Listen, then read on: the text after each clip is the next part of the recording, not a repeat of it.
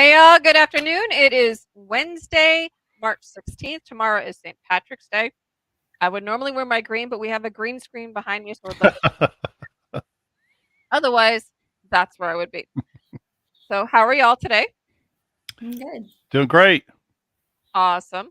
Today we have a special guest who I am super excited about. It's C.I. Chevron, aka also Lyra Brennan, but she's a steampunk author. I'm a multi-genre author, but that's not one that I'm kind of a little nervous about the idea of even touching that one.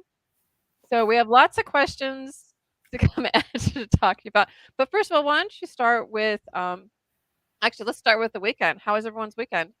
What do you guys got coming up?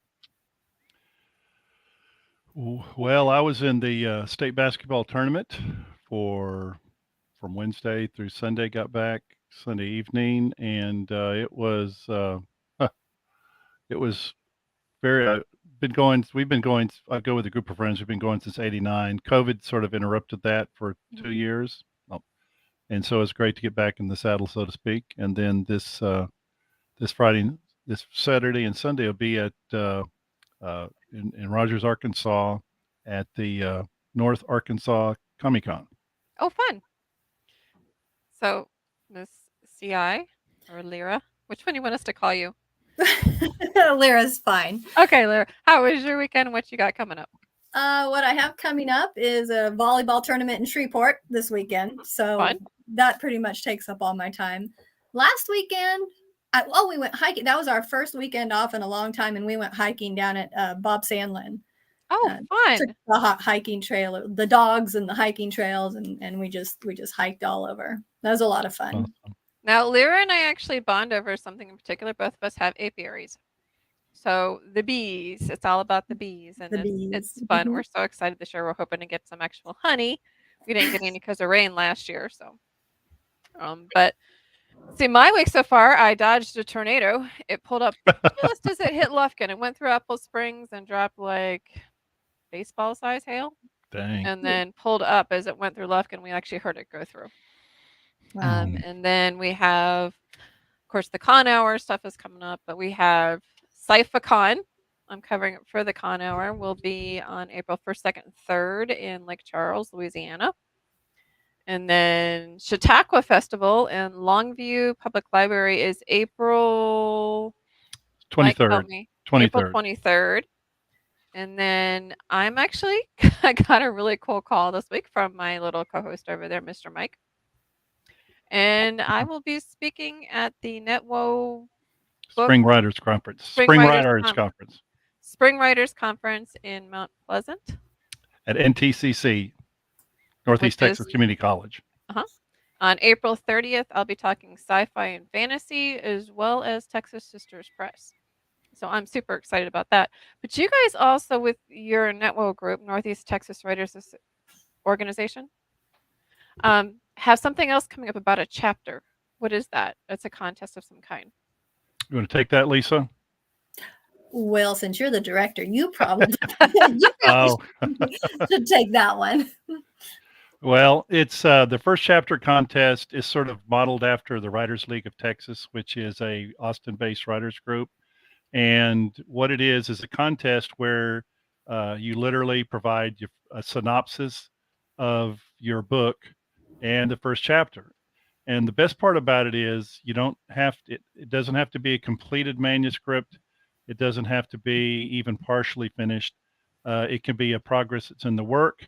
And basically, all you're doing is, again, providing the synopsis, the overall gist of the story, and the first chapter.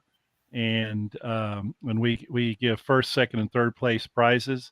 Also, our judges are from area libraries, and we felt that was kind of apropos because often, when they're searching for books to put on the shelves, they know what they're looking for. So we thought that they would be, judges, tremendous judges, to be able to judge our contest on our first chapter and synopsis.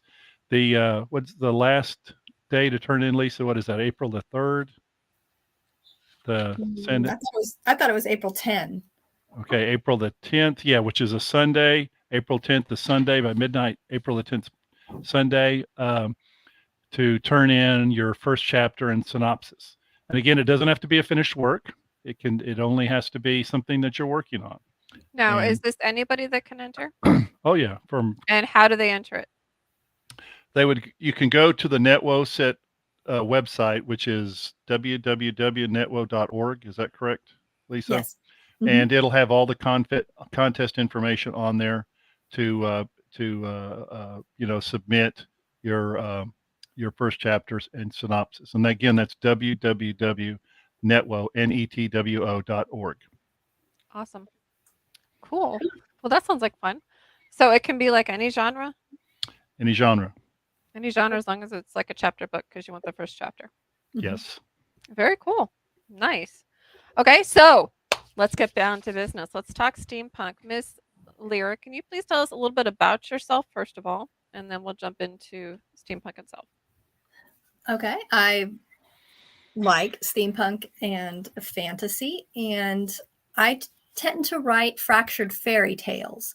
So most of my steampunk is based off of a fairy tale type story, and I just go from there. And you can ask people who've read my book.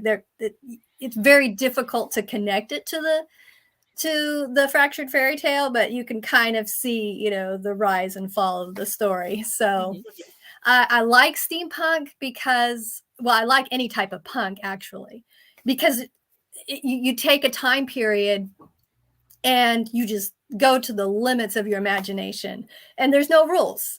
And I'm not a big rule person, so that's one of the reasons I really like steampunk. I was just everything can come alive, and I love the Victorian era too. So now, what exactly is the definition of steampunk for those who don't know or may not know or aren't quite sure? Okay, well, there's really many different kinds of punks. Steampunk tends to take place almost exclusively in Britain, and or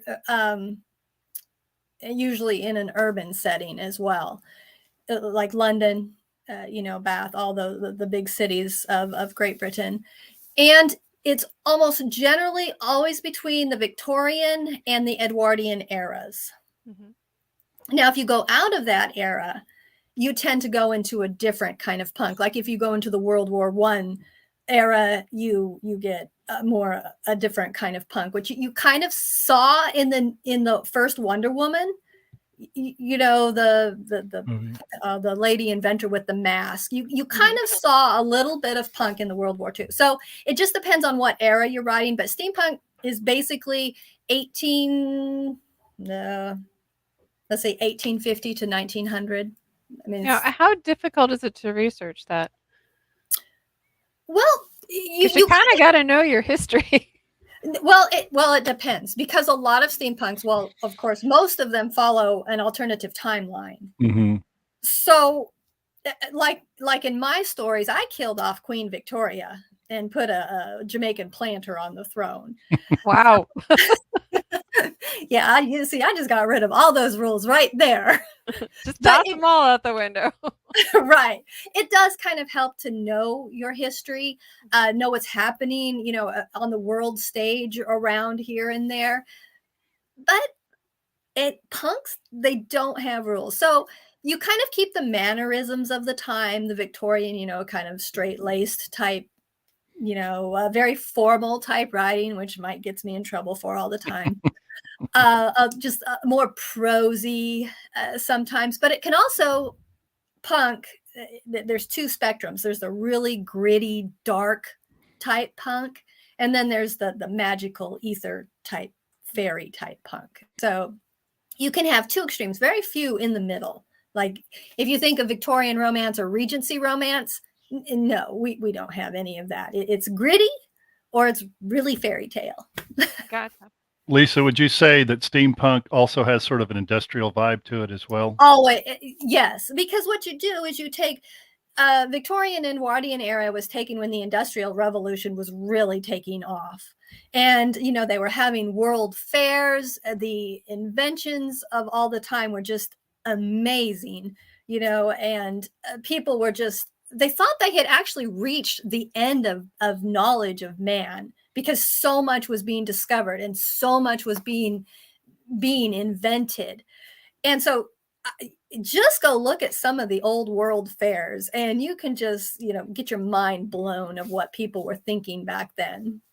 Patty So wants to yes. know. Patty wants to know. Have you ever traveled to England to get a feel for the genre? No, I have not.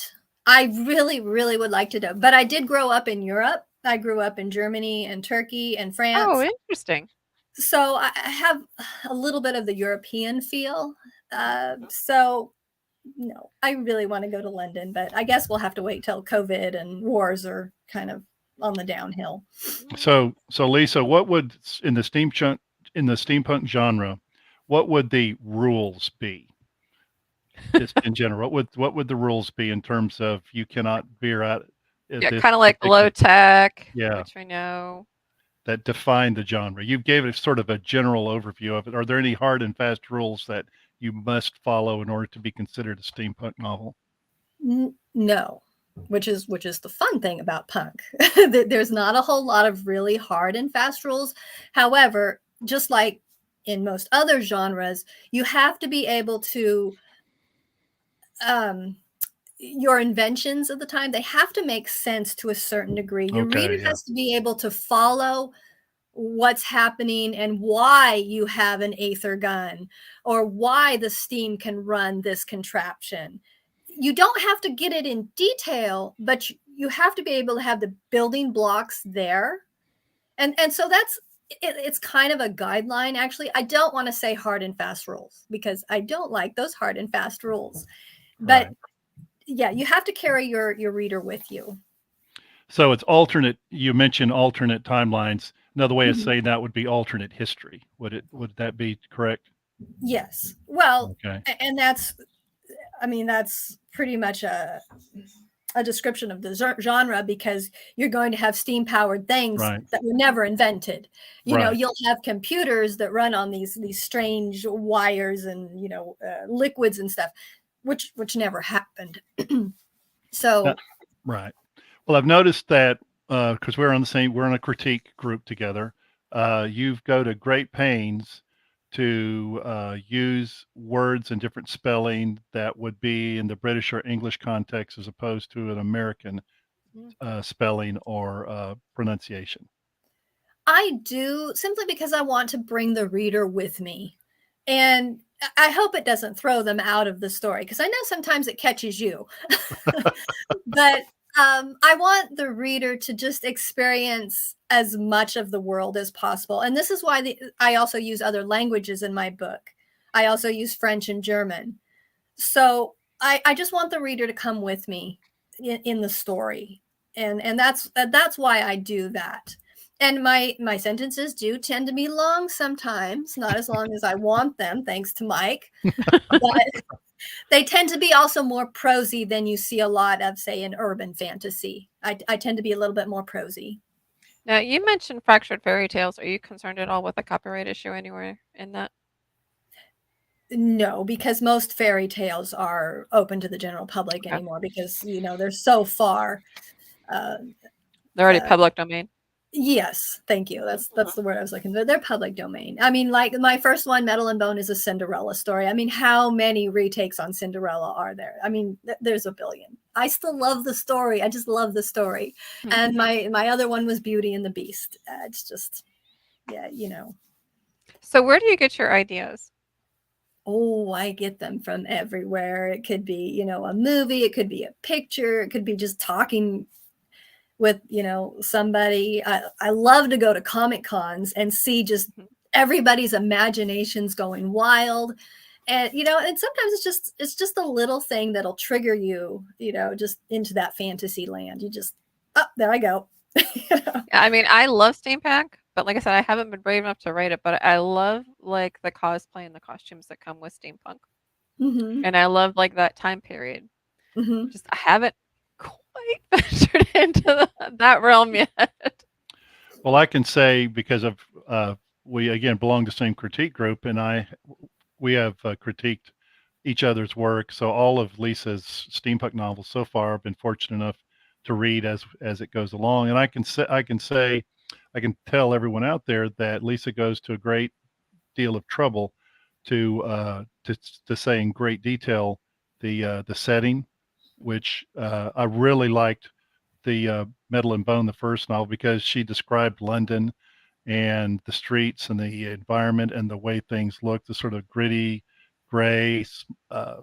It's like it was like you were actually there, and you do a very good job of creating the setting that your characters are in, and and and and the Fractured Fairy Tales is very much an apt description because you see the elements of that. Cinderella is Cinderella in Metal and Bone, correct? So it's clever spelling of that. Um, Lisa, also, uh, you are a prolific reader. Yes. As I, uh, how many I'm books? usually reading when I should be writing. How many books would you say that you read in a week's time? Oh, well, I really have to control myself because once I get a new book and once I start it, Mhm. I don't put the book down until I finish it. And this means, all night, all day. I have to plan those types of things. So I also tend to reread things. Mhm. So it depends. I read probably 3 to 4 books a week. Oh wow! Wow. And I Um, thought I read a lot. and I used to read, literally, my Amazon name is a book a night because I would do a book a night Wow. And when because do you sleep? yeah.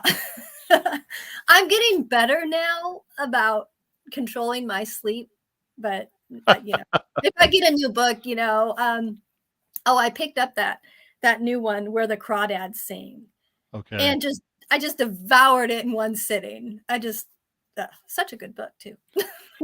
Well, the reason I mention that is because one thing I have noticed that's been consistent, regardless of who the author is, uh, uh, the very best authors were and remain prolific readers as well. Would you agree with that? I agree. I think it keeps your mind fresh to read other people's works, so you don't get stuck in a rut, so that your mind just doesn't grasp the other realities out there, other people's worlds. I think you need to immerse yourself in other places besides where you're at, not only just where you live, but in your mind too. I do have one rule regarding that. If I'm currently in the middle of writing a book, I don't pick up another person's book until I'm finished. That way it doesn't bleed into mine. So See, I that's can't do that. that's one thing that I keep separated. That way my work is my work and it's not somebody else's that have as accidentally bled in. I guess the way that I do that, and I understand where you're coming from, is I won't read steampunk. Mhm. I'll read all other genres.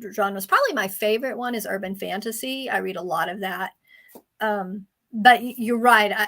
I probably don't read steampunk like I should. Mhm. And even Well, the Brian Sanderson series, with the metal mages and stuff. I won't pick that one up when I'm writing either. well, a couple weeks ago, back around the middle of February, I was at uh, Comic Con in Shreveport, and a gentleman came up and he said that he had your first two books, steampunk books, that are in your Fractured Fairy Tale uh, collection. And he said, "When is she coming out with her third one?" I said, "Well, I think she's going to be finished sometime this spring." And so, would you like to give a little bit of a snippet about what your latest book that will be your next book will be about, Okay, the next or is one about? is Tooth and Nail. And how I started the series was there was Cinderella was the first one, and then Beauty and the Beast, where Isabeau is Cinderella's stepsister. And so now we're on the second stepsister of Cinderella. Her name is Aurelia, and she has escaped London, and she is going. She ends up in Alsace, Germany, and that's where probably the majority of the story takes place. And if you have read Metal and Bone, you know that Cinderella is a modified human, Isabeau is a werewolf, and Aurelia is a vampire. And so and that's where the whole rule breaking thing comes along, because I like to combine. I don't remember that back then, but that's cool.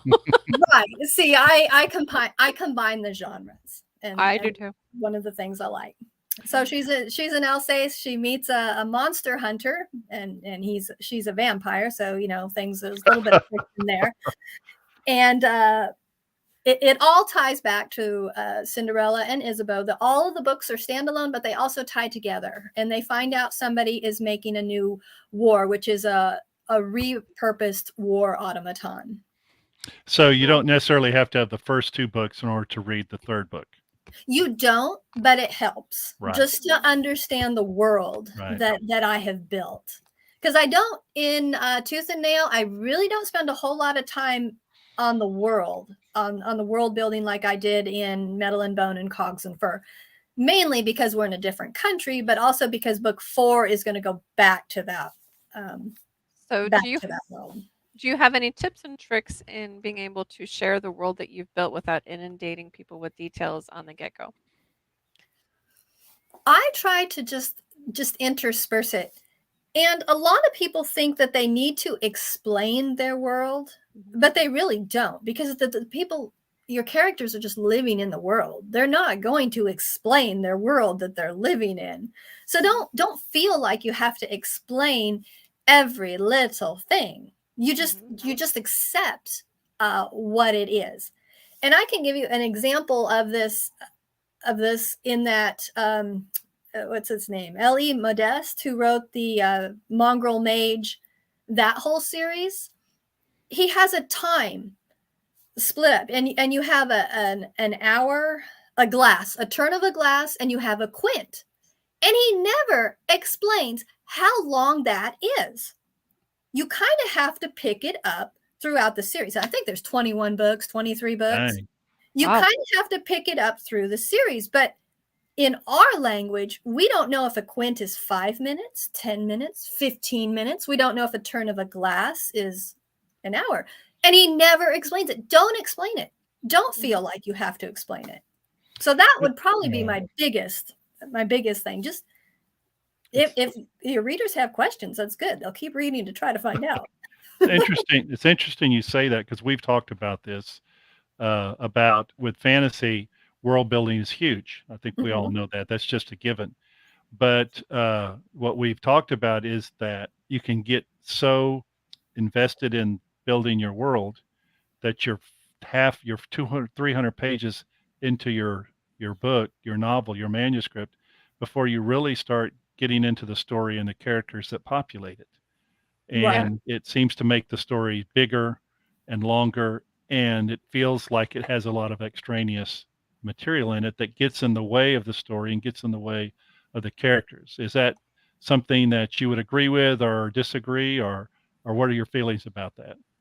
I agree it can be overdone. Now, I am a person for rabbit trails. I love stories who are going along and whoop, there they go, or going along and whoop, there they go. And, they always come back, but I do like those little rabbit trails that sometimes go off. Well, and rabbit trails are a little bit different than getting, like, there's a book that I'm currently reading, I'm not going to say what it is, where I'm in chapter 4 and we're still getting like super detailed information, and maybe a third of it is the actual storyline. Yeah. But it's like I have to finish the book, but it's very painful to read. And there are times I feel like taking the book and just knocking my head against it, going, "Stop! Just give me the story." Right. Yeah, I agree. You can and just like anything, you can overdo it, you can underdo it. It's really hard to walk that middle line there. I guess my basic gist is the whole show, don't tell. You can show the story, they can compliment them on their hair, they can do whatever. There's various ways you can do it. She's walking through the firehouse, touching the brick wall, stop by the awards cabinet, that sort of thing. There's things that you can do without just like dumping details. And that can be very painful for a reader. Sincerely. Yeah. So when you're doing like a different world, like Mike and his ones with the Conquest of the Veil series, he did it very well. It was very slowly let out, and he did it through somebody who was new to the world. and that's Yeah. a great way to do it.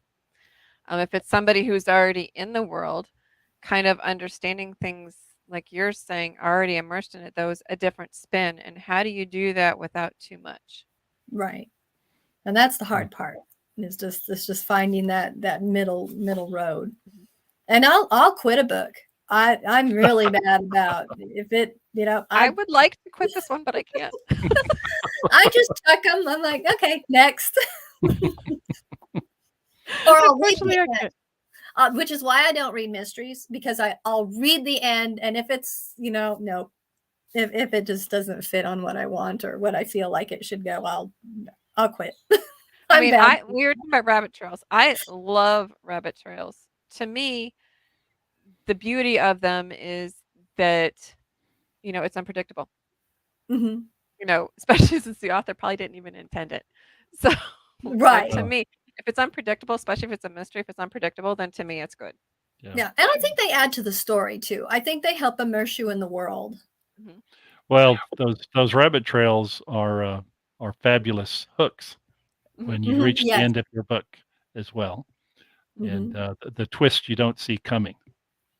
You But you know, should see it because it's on the yes, rabbit trail. you're hinted about it, but you won't know for sure until till you Right. get, and that encourages you to keep reading as well. Mhm.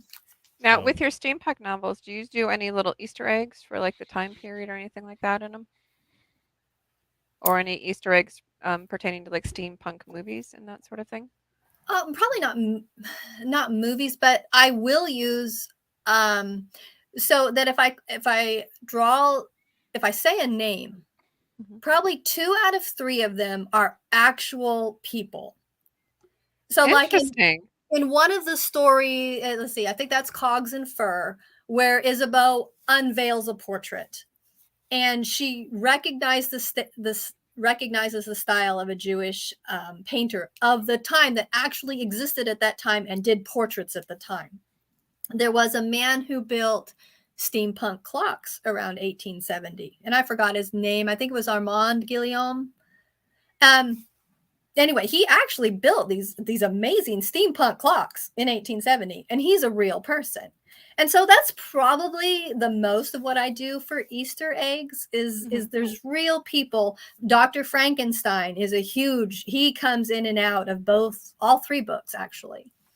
Um, and sometimes he's a good guy because in the 3rd book, we're coming from the German perspective, and Luca knows Dr. Frankenstein. Mhm. But in Cogs and Fur, he's the bad guy because he's experimenting on these little girls. So well, he's not a real person, but you know what I mean. I do.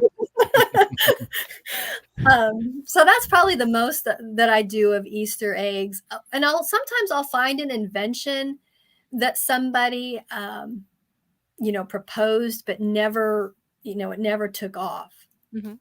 And I love to throw those types of things in. Well, we have a few minutes left. Number one, how do people find you online to find your books? Okay, I'm on Amazon, and that's probably where most people find me. I also have a website, cichevron.com, Mhm. and Facebook, but mostly Amazon. Awesome. And what advice would you give anybody who's interested in writing steampunk? Oh, just go for it.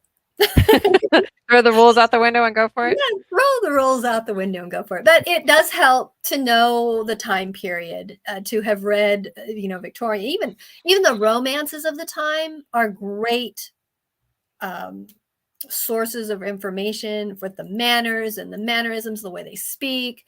Those are great because those ladies really do their research. I mean, so I just say go for it and just have fun. Just have fun with it because steampunk is just a fun genre. It really is. Awesome. Well, thank you so much for coming on today. CI Chevron, aka Lara Brannon. I think you're talking steampunk, which is, like I said, it's a genre I haven't quite stepped into, but I actually love. I'm not brave enough to write it, which is a lot saying for me. But thank you so much for coming on and talking to us about it.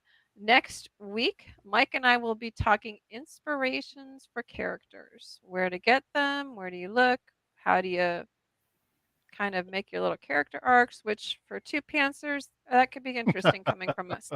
So make sure to watch next Wednesday at 1 p.m. Central Time on Book World: The Great Escape. Until then, everybody, have a wonderful week.